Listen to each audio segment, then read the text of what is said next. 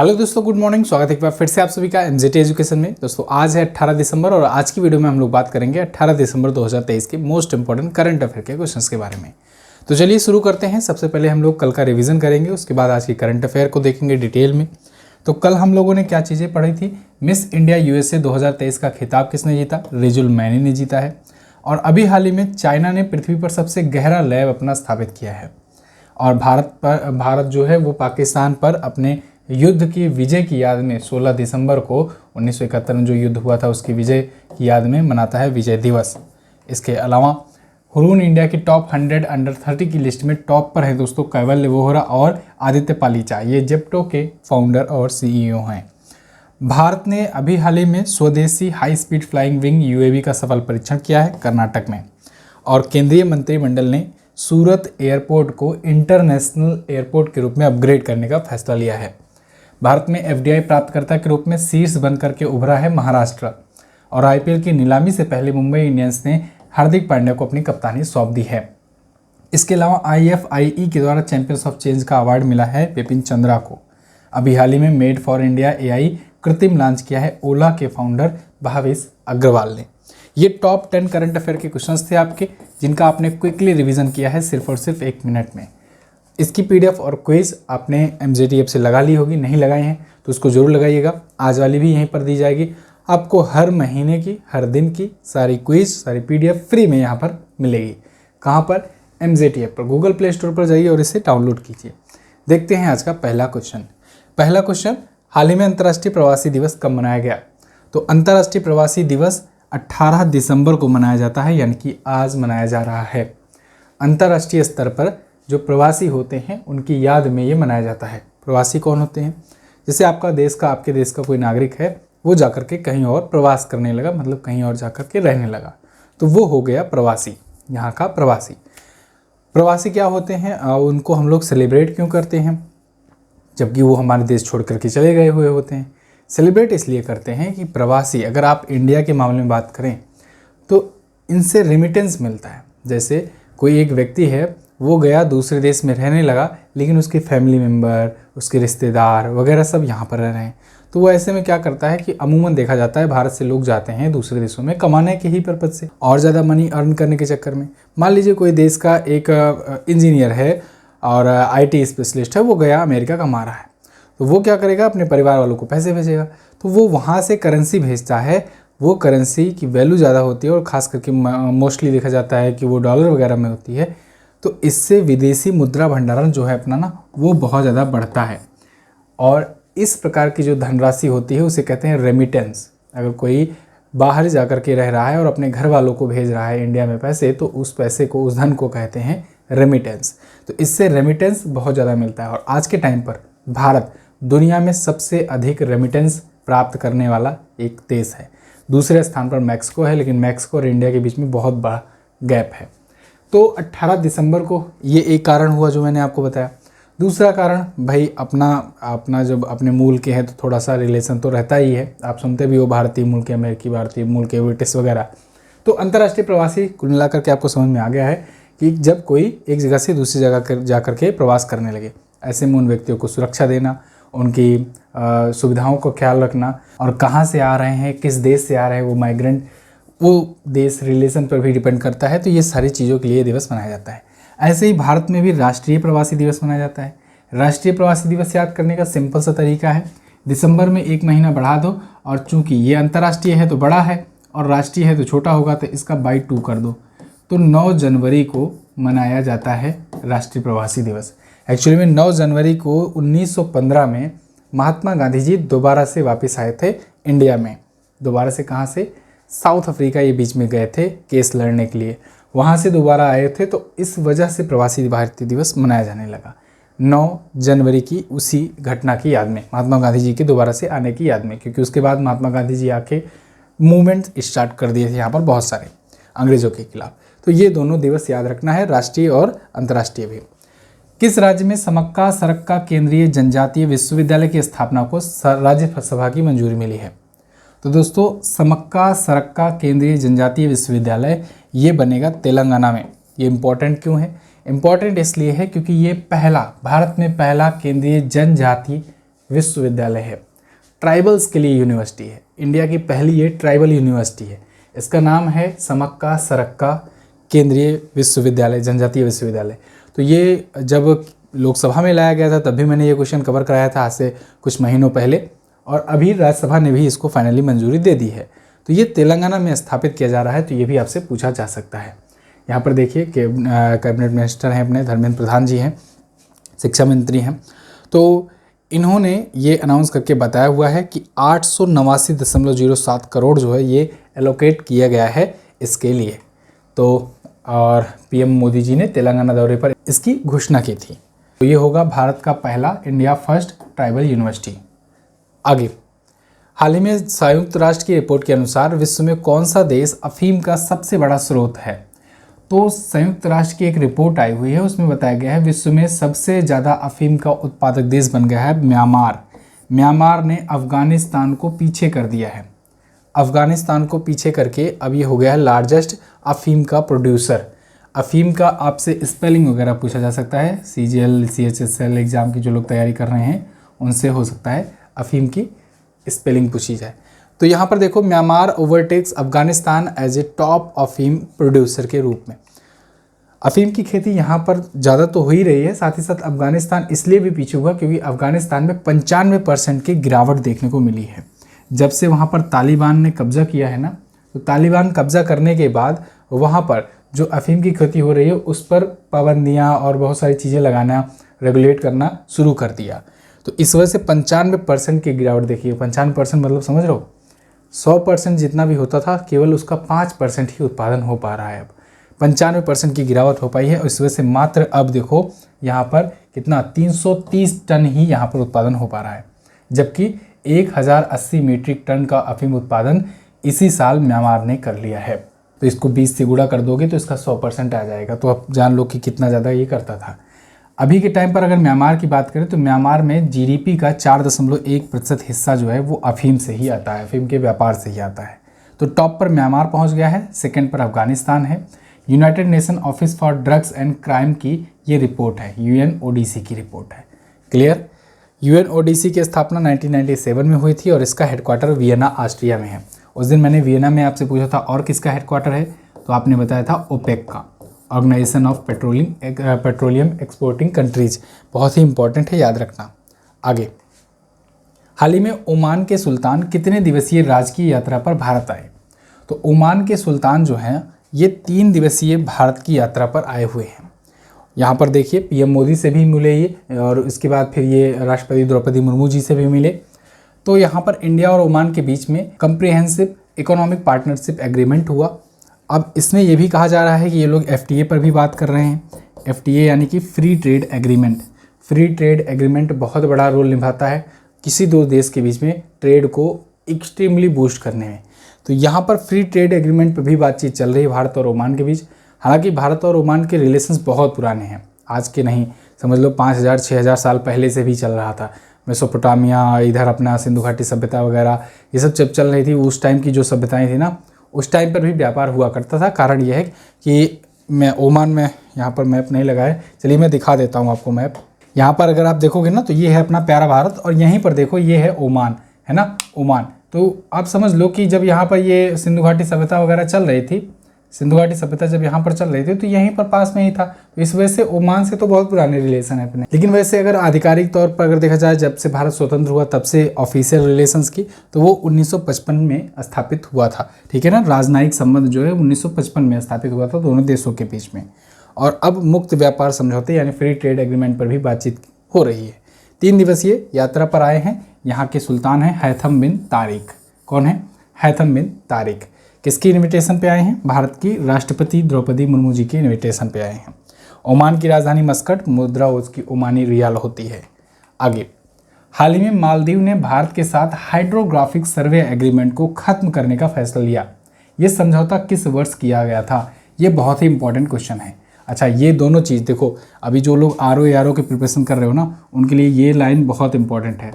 आपसे पूछा जाएगा, ऐसे ऑप्शंस दिए रहेंगे कि भारत की ओमान की जब इनकी यात्रा हुई तो इस पर कौन से, इस संबंध में कौन सा पॉइंट सही है। और उन्हीं पॉइंट्स में से एक पॉइंट आपको जरूर मिलेगा कि दोनों देशों के बीच में राजनयिक संबंध 1955 में स्थापित हुए।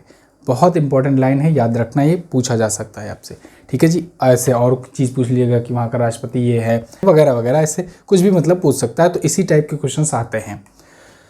यहाँ पर आगे क्वेश्चन हम लोग बात करते हैं, भारत के साथ हाइड्रोग्राफिक सर्वे एग्रीमेंट को मालदीव ने खत्म करने का फैसला लिया है। ये समझौता कब किया गया था? तो ये समझौता हुआ था दोस्तों 2019 में। ये भी बहुत अच्छा क्वेश्चन है। देखो इस लेवल के क्वेश्चन जल्दी देखने को मिलते नहीं हैं, तो इस लेवल के क्वेश्चंस को आप अच्छे से केयरफुली देखा करो, ये क्वेश्चन पूछे जा सकते हैं। भारत और मालदीव के बीच में रिलेशन लगातार खराब होते जा रहे हैं। उसका कारण कौन है? मोहम्मद मुइज्जू कहाँ गया? यही है कारण, यही है। और मैंने इसके बारे में बताया भी आपको कि जब से इसकी सरकार आई है मोहम्मद मुइज्जू की, ये प्रो चाइना है। प्रो चाइना होने की वजह से आए दिन ये भारत की सिक्योरिटी फोर्सेस जो वहाँ पर हैं या भारत के साथ जो रिलेशन है वो ख़त्म करने पर लग गया हुआ है। क्योंकि भाई चुनाव प्रचार के दौरान ही जब ये इतना आग उगल रहा था, तो अब तो सत्ता में आ गया है। जैसे मैंने आपको कल इंडियन नेवी के एक जहाज़ के बारे में बताया था, अभी यहाँ पर देखो इसने हाइड्रोग्राफिक सर्वे को भी भारत से ख़त्म करने का फैसला लिया है। एक्चुअली में भारत जो है ना, ये 2019 में मालदीव सरकार के साथ टाई अप करके वहाँ के आइलैंड पर पानी पर रिसर्च करने के लिए एक एग्रीमेंट किया हुआ था। ये एग्रीमेंट था 5 सालों के लिए, 2024 तक के लिए ही। तो 2024 में ये समाप्त होने वाला था, लेकिन ये भी बात थी अगर समाप्त होगा तो फिर से कंटिन्यू कर लेंगे। लेकिन अभी फ़िलहाल इन्होंने अनाउंस कर दिया कि नहीं, जब ये समाप्त हो जाएगा 7 जून 2024 को, तो अब इसके बाद हम लोग इसको कंटिन्यू आगे नहीं करेंगे। पानी पर रिसर्च क्या क्या होता? पानी पर ये करते रिसर्च, रीफ पर, लैगून पर करते रिसर्च, कोस्टलाइन पर, समुद्री धाराओं पर, टाइड्स जो आती हैं, इन सब पर स्टडी करने के लिए भारत ने यहाँ पर अपना सब इक्विपमेंट बिछा रखा था। लेकिन अब यहाँ पर इन्होंने कहा है कि भारत जो है अपना सारा सामान यहाँ से लेके जाओ। अब ये एक्सपायर होगा जब, तो अब आगे रिन्यूअल नहीं किया जाएगा। मालदीव की अगर बात करें हम लोग, तो बहुत ही छोटा सा देश है। भारत जो दिख रहा है, भारत का निचला हिस्सा दिख रहा है, यहाँ पर श्रीलंका दिख रहा है, यहाँ पर है मालदीव। और मालदीव द्वीप देश है, एक छोटे छोटे द्वीप हैं इसके कई सारे, और यहाँ पर तो बहुत करीब दिखा दिया गया है, वैसे मैप में और नीचे है इसका स्थान। तो ये जो मालदीव है, इसके ही नए प्रेसिडेंट बने हैं मोहम्मद मुइज्जू। इसकी राजधानी माले होती है और यहाँ की भी करेंसी होती है रुपया, तो इसे कहेंगे मालदीवियन रुपया। ठीक है जी, आगे बढ़ते हैं। अपनी किताब आ गई है, जिन्होंने अभी तक नहीं ऑर्डर किया है जल्दी से ऑर्डर करो फटाफट से, और ना जब खत्म हो जाएगा तो फिर दिक्कत हो जाएगी आपके लिए।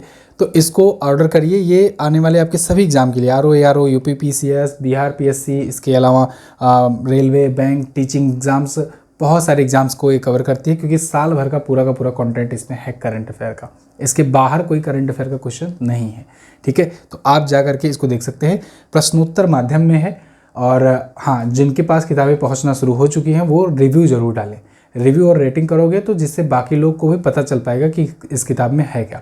कोशिश करना आप लोग थोड़ा 5, 10, 20 सेकंड की अगर वीडियो क्लिप बना पाओ तो वो, और मेरे पास भी भेजना वीडियो क्लिप अगर बना पाओ तो, जिससे मैं उसको अपने यूट्यूब चैनल पर भी डाल दूँगा और आप वहाँ पर भी अपलोड कर देना रिव्यू। तो क्या होता है, वीडियो रिव्यू से ज़्यादा अच्छा सा बनता है। तो आप लोग एक काम यही करना, जिनके पास किताबें पहुँच रही है, छोटा छोटा वीडियो क्लिप भेज दो, उन सभी वीडियो क्लिप का एक वीडियो में अपलोड कर दूंगा। ठीक है जी, आगे बढ़ते हैं। ये पुस्तक अमेज़न पर अवेलेबल है, और बाकी डिटेल्स जो है लिंक जो डिस्क्रिप्शन में दिया गया है उस पर क्लिक करके जाओगे तो वहाँ पर सब कुछ लगा हुआ है, सैम्पल्स बहुत सारे, तो उनको आप आसानी से पढ़ लेना और समझ लेना क्या क्या चीज़ें इसमें है।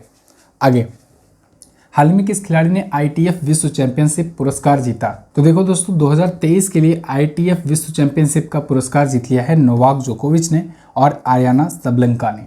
नोवाक जोकोविच ये पुरुष के लिए और आरियाना सबलेंका ये महिला कैटेगरी के लिए। तो उपरोक्त दोनों ऑप्शन आपका हो जाएगा करेक्ट। ITF मतलब इंटरनेशनल टेनिस फेडरेशन, इसका विश्व चैंपियनशिप पुरस्कार दिया जाता है हर एक वर्ष। पिछली बार अगर पूछा जाए 2022 का किसे दिया गया था, तो 2022 का राफेल नडाल को दिया गया था, राफेल नडाल को दिया गया था, और इगा स्विएतेक को दिया गया था, इगा स्विएतेक को दिया गया था, है ना। ये पोलैंड की हैं और ये कहाँ के, स्पेन के। तो इस बार दिया गया नोवाक जोकोविच को और आरियाना सबलेंका को। यहाँ पर आप आर्टिकल भी देख पाओगे, द हिंदू का आर्टिकल है आपके सामने। अगर बात करें नोवाक जोकोविच की, तो इनका ये 8वीं बार का ITF विश्व चैंपियनशिप का खिताब है, जो कि अपने आप में एक रिकॉर्ड है।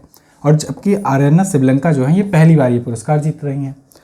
नोवाक जोकोविच अगर आपको याद हो, इस साल का 3 ग्रैंड स्लैम भी जीत चुके हैं, लेकिन ओवरऑल इनके कैरियर में सबसे ज़्यादा 24 ग्रैंड स्लैम है। ये भी एक अद्भुत रिकॉर्ड है। सबसे ज़्यादा ग्रैंड स्लैम सिंगल्स में जीतने वाले ये खिलाड़ी हैं नोवाक जोकोविच। कहाँ के रहने वाले हैं? सर्बिया के। ग्रैंड स्लैम की बात आई है तो इस साल के जो भी ग्रैंड स्लैम हुए हैं उनका हम लोग रिवीजन कर लेंगे। यहाँ पर देखो बहुत ही केयरफुली देखना, ये 4 ग्रैंड स्लैम जिनको नहीं पता है उनको मैं बता दूँ कि ग्रैंड स्लैम टूर्नामेंट टेनिस का एक टूर्नामेंट होता है, बहुत ही प्रतिष्ठित, बहुत ही विख्यात। ये 4 ही बार खेला जाता है साल भर में, और 4 जो इवेंट होते हैं वो बिल्कुल सीरियल वाइज होते हैं और फिक्स रहता है कब कब होंगे। जैसे ऑस्ट्रेलियन ओपन सबसे पहले होता है, फिर होता है फ्रेंच ओपन, फिर होता है विंबलडन ओपन और उसके बाद होता है यूएस ओपन। ऑस्ट्रेलियन ओपन जब 2023 का हुआ, इसको नोवाक जोकोविच ने जीता सर्बिया के पुरुष एकल में। महिला एकल में अरीना सेबलेंका ने जीता, देख रहे हो यही दोनों हैं। ये बेलारूस की रहने वाली हैं अरीना सेबलेंका। हार्ड कोर्ट पर खेला जाता है, मैदान का टाइप भी पूछा जा सकता है आपसे। ऑस्ट्रेलियन ओपन हार्ड कोर्ट पर खेला जाता है, क्ले कोर्ट पर यानी मिट्टी के मैदान पर खेला जाता है फ्रेंच ओपन, और ग्रीन ग्रास कोर्ट ये सबसे ज़्यादा पूछा जाता है। ये दोनों सबसे ज़्यादा पूछे जाते हैं। ग्रीन ग्रास कोर्ट यानी हरी घास के मैदान पर खेले जाने वाला टूर्नामेंट कौन सा है? Grand slam Wimbledon open. इसके बाद हार्ड कोर्ट पर अगेन यूएस ओपन। यहाँ पर फ्रेंच ओपन नोवाक जोकोविच सर्बिया के हैं, इगा स्विएतेक पोलैंड की हैं, इन्होंने महिला कैटेगरी में जीता। कार्लोस अल्कराज स्पेन के हैं, इन्होंने विंबलडन जीता। बाकी ये फिर से नोवाक जीते। मार्केटा वोंद्रोसोवा ये चेक गणराज्य की हैं, इन्होंने महिला एकल में जीता। नोवाक जोकोविच अगेन यूएस ओपन जीते हुए हैं। तो पुरुषों में तो सिर्फ आपको कार्लोस अल्कराज वाला याद रखना है। आगे हाल ही में कहाँ पर भारत की सबसे तेज और सौर इलेक्ट्रिक नाव बाराकुडा लॉन्च की?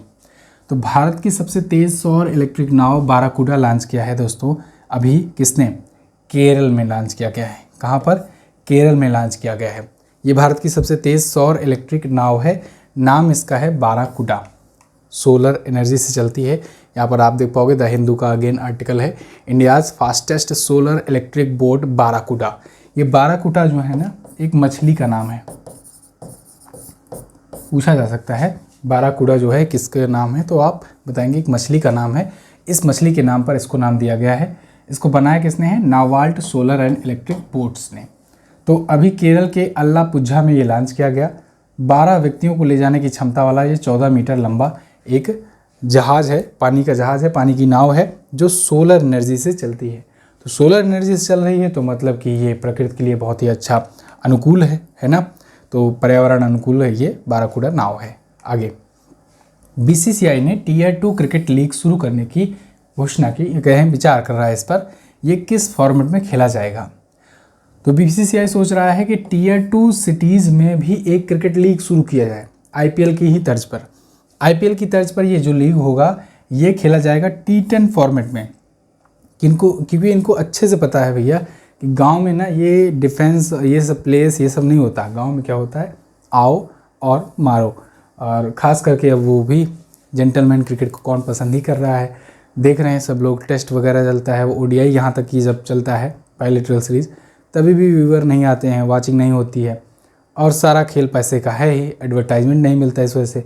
और वहीं T20 पर ज़्यादा आता है। T10 फॉर्मेट आ जाएगा तब तो और तेज़ी से जल्दी जल्दी मैचेस ख़त्म होंगे और लोगों का अटेंशन बना रहेगा, पूरा का पूरा देखेंगे भाई, तो इस वजह से और ज़्यादा बिक्री होगी। इस वजह से ये फॉर्मेट शुरू करने की सोच रहा है बीसीसीआई, लेकिन ये टीयर 2 सिटीज़ में। अब देखो जैसे बहुत सारे शहर जो हैं, जो महानगर नहीं है, बड़ी सिटीज़ नहीं हैं, वो टीयर 2 कैटेगरी में आते हैं। टीयर 1, टीयर 2, टीयर 3 ऐसे सिटीज़ को डिवाइड किया जाता है बेस्ड अपॉन इकोनॉमी। तो यहाँ पर T10 फॉर्मेट में चलाया जाएगा। जिनको T10 फॉर्मेट ना समझ में आ रहा हो उनको मैं बता दूँ, ये 10-10 ओवर का मैच होगा। अभी तक आप देख रहे थे T20 फॉर्मेट में 20-20 ओवर का मैच होता था। ओडीआई फॉर्मेट में 50-50 ओवर का मैच होता है वनडे इंटरनेशनल में। और T10 फॉर्मेट जो होता है ये 10-10 ओवर का मैच होगा। टेस्ट क्रिकेट जो होता है ये 5 डे क्रिकेट कहलाता है, ये वनडे क्रिकेट कहलाता है। तो अब ये 10-10 ओवर का मैच होगा T10 फॉर्मेट में, और ये भी लीग, फ्रेंचाइजी लीग बेसिस पे होगा। लेकिन अभी इस पर विचार कर रहा है, जैसा जो है बढ़िया से स्क्रिप्ट बना रहे हैं इसकी। जब बन जाएगा तब अनाउंस किया जाएगा। हो सकता है नेक्स्ट ईयर में ये शुरू कर दिया जाए, देखो लीग नेक्स्ट ईयर। लेकिन अगर ये हो जाता है शुरू तो समझो बहुत बड़ा चेंज आएगा, बहुत बड़ा बदलाव आएगा। क्योंकि देखो आईपीएल की वजह से ना बहुत सारे खिलाड़ी जो हैं उनको एक मौका मिल पाता है, एक प्लेटफॉर्म मिल पाता है। नहीं तो आप सोचो कि केवल 11 लोग होते हैं देश के लिए खेलने में, उसमें कितने लोग, इतना बड़ा देश है 142 करोड़, उसमें कितने लोगों को मौका मिल पाता। लेकिन आज IPL की वजह से कितना मौका मिल रहा है। जब Tier 2 सिटीज़ कंफर्म होगी, ये शुरू हो जाएगा, तब बहुत सारे खिलाड़ी ये मौका पा पाएंगे। इसको हम और आप नहीं समझ सकते जो सरकारी एग्ज़ाम की तैयारी कर रहे हैं। जो खिलाड़ी स्टेडियम में जा कर के प्रैक्टिस करते हैं, 5 साल 10 साल वहाँ पर प्रैक्टिस वगैरह करते हैं, फिर उनको मौका नहीं मिल पाता कहीं पर, फिर आकर के घर पर बैठ जाते हैं और फिर वो कहीं के नहीं रह जाते हैं। उनके लिए ये बहुत बड़ी अपॉर्चुनिटी है। उनको क्या होता है ना कि मतलब कि उसके बाद वो कहीं के नहीं रह जाते हैं ना, कि ना घर का ना घाट का वाला बात। तो यहाँ पर अब उनके लिए बहुत अच्छा प्लेटफॉर्म मिलने वाला है और इससे सब कुछ चमक ही जाएगा। फिलहाल BCCI की बात करें, board of control for cricket in India 1928 में स्थापित हुआ था। वानखेड़े स्टेडियम मुंबई में इसका हेडक्वार्टर है। रोजर बिन्नी इसके अध्यक्ष हैं। आगे, दिसंबर 2023 को निम्न में से किसने गुजरात में बनी सूरत डायमंड बोर्स बिल्डिंग का इनॉग्रेशन किया। तो दोस्तों अभी हाल ही में PM मोदी जी ने इसका इनॉग्रेशन किया हुआ है। मोदी जी हैं तो फिर किसी और कैसे उद्घाटन करने देंगे। सूरत डायमंड बिल्डिंग्स, ये जो डायमंड बोर्स बिल्डिंग है, इसके बारे में मैं अभी कल भी बताया था आपको।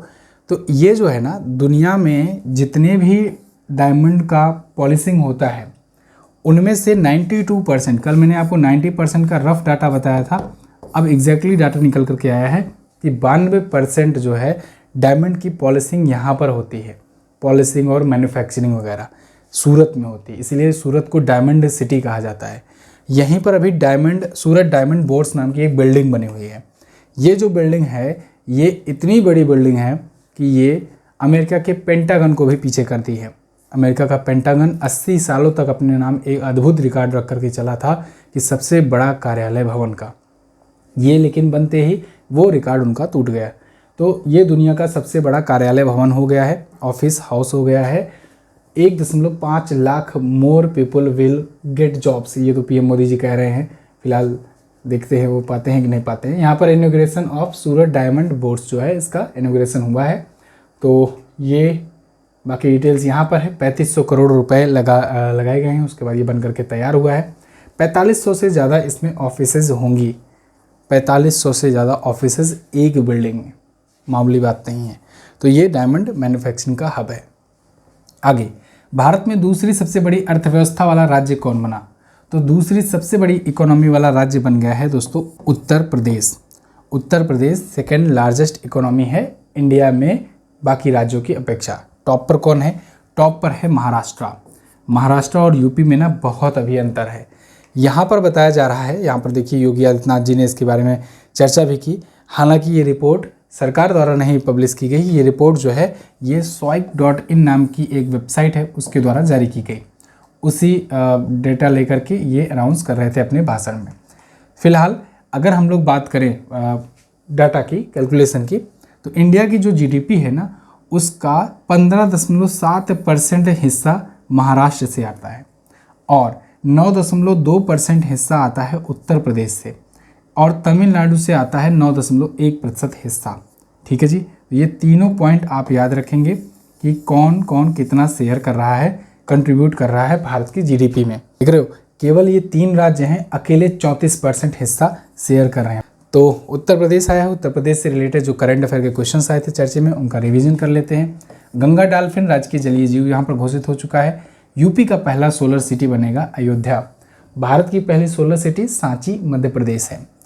सभी सरकारी स्कूल में स्मार्ट क्लास सुविधा करने वाला पहला जिला बरेली है यूपी का। हर घर सौर अभियान यूपी लखनऊ और वाराणसी में शुरू किया गया। गिफ्ट डीड योजना अपने ही परिवार वालों के बीच प्रॉपर्टी ट्रांसफर के लिए शुरू की गई। 18 अटल आवासीय विद्यालय यहाँ पर शुरू किए जा रहे हैं। कन्नौज को, जिसको इत्र पर्यटन सिटी के रूप में विकसित किया जा रहा है, यहीं पर पहला ऑफिस सिस्टम शुरू किया गया। महाराजगंज में विश्व का पहला एशियाई किंग गिद्ध संरक्षण केंद्र खुल रहा है। लखनऊ में पहली नाइट सफारी खुलेगी देश की और आगरा वैक्यूम आधारित सीवर सिस्टम वाला पहला शहर है। तो ये थे क्वेश्चंस आज के दिन के टॉप 10। आई होप आपको वीडियो पसंद आई होगी। जिन्होंने पुस्तक नहीं लिया है, लिंक डिस्क्रिप्शन में भी आपको मिल जाएगा, पिन कमेंट में भी मिल जाएगा, उस पर क्लिक कीजिए, अमेजन पर जा करके इसको परचेज कीजिए। परचेज करने में कुछ लोगों को प्रॉब्लम आ रही है, कुछ लोग जैसे कि फ्लिपकार्ट के आदी हैं, अमेजन पे नहीं जाना चाहते हैं, अमेजन नहीं चलाते हैं, तो देखो उसमें आपको बहुत ही केयरफुली ध्यान से देखते देखते चलना है, धीरे धीरे समझ में आ जाएगा। फ्लिपकार्ट पे इसलिए नहीं डाली गई किताब, कारण ये है कि फ्लिपकार्ट वाले ना बहुत बदमाशी करते हैं। पिछली बार डाला गया था, तो वो लोग क्या करते हैं कि ले जा कर के पार्सल को अपने ही वेयर हाउस में रखे रहते हैं, ना डिलीवर करते हैं और ना ही वो रिटर्न करते हैं वहाँ पर। और इससे क्या होता है कि वो कैंसिल कर देता है जो स्टूडेंट होता है, क्योंकि अपना जो प्रोडक्ट है ना वो कोई ऐसा सामान तो है नहीं कि कभी भी लाओ, ये करंट अफेयर है। और स्टूडेंट जो ऑर्डर करता है उसको चाहिए होता है कि तुरंत 2-3 दिन में पहुँच जाए, जिससे वो पढ़ाई अपना कंटिन्यू कर पाए। तो वो लोग 15-15 दिन रखे रहते थे, उसके बाद वापस ले आते थे जब कैंसिल हो जाता था। तो इस वजह से फ्लिपकार्ट पर नहीं डाला गया। एक्सपीरियंस बहुत ख़राब रहा। और जो लोग मुझे सुन रहे हैं, आगे भी आने वाले होंगे, उनको छपाने का अगर मूड होगा तो मैं बता रहा हूँ, फ्लिपकार्ट पर मत करना, लॉस होगा बहुत। अमेज़न पर डालिए, अमेज़न से आप लोग ये परचेज़ कीजिए, खासकर बुक वगैरह के केस में अमेज़न का बहुत ज़्यादा वाइड रेंज है और 2-3 दिनों में पहुंचा देता है। तो आप इसीलिए यहाँ पर से प्राप्त कर पाएंगे, ठीक है ना। और इसीलिए यहाँ पर डाला गया है। फ्लिपकार्ट का डालने का तो डाल दें, लेकिन दिक्कत वही है जो मैं बता रहा हूँ आपको, कपड़ा वगैरह के लिए ठीक है लेकिन इसके लिए नहीं ठीक है। आगे बढ़ते हैं हम लोग, यहाँ पर लास्ट डे के क्वेश्चन पहुँचते हैं। वर्ष 2022 का इंदिरा गांधी शांति पुरस्कार किसे दिया गया था? तो ये दिया गया था इंडियन मेडिकल एसोसिएशन को और trend nurses association of India के लिए। MS धोनी की कप्तानी में भारतीय क्रिकेट टीम ने किस वर्ष T20 वर्ल्ड कप जीता? तो 2007 में जीता था T20, 2011 में ODI और 2013 में चैंपियंस ट्रॉफी। आज आपको क्या बताना है, मिसेज इंडिया USA कौन बनी है 2023 की? मिस इंडिया बताया था मैंने कल, आज मिसेज इंडिया भी बताइए। पाकिस्तान में 1971 में जनरल अमीर अब्दुल्ला खान नियाजी के 93,000 सैनिकों के साथ आत्मसमर्पण के फलस्वरूप किस देश का निर्माण हुआ था? कौन सा देश बना था? बहुत ही आसान क्वेश्चन है, दोनों आप आंसर कर सकते हैं।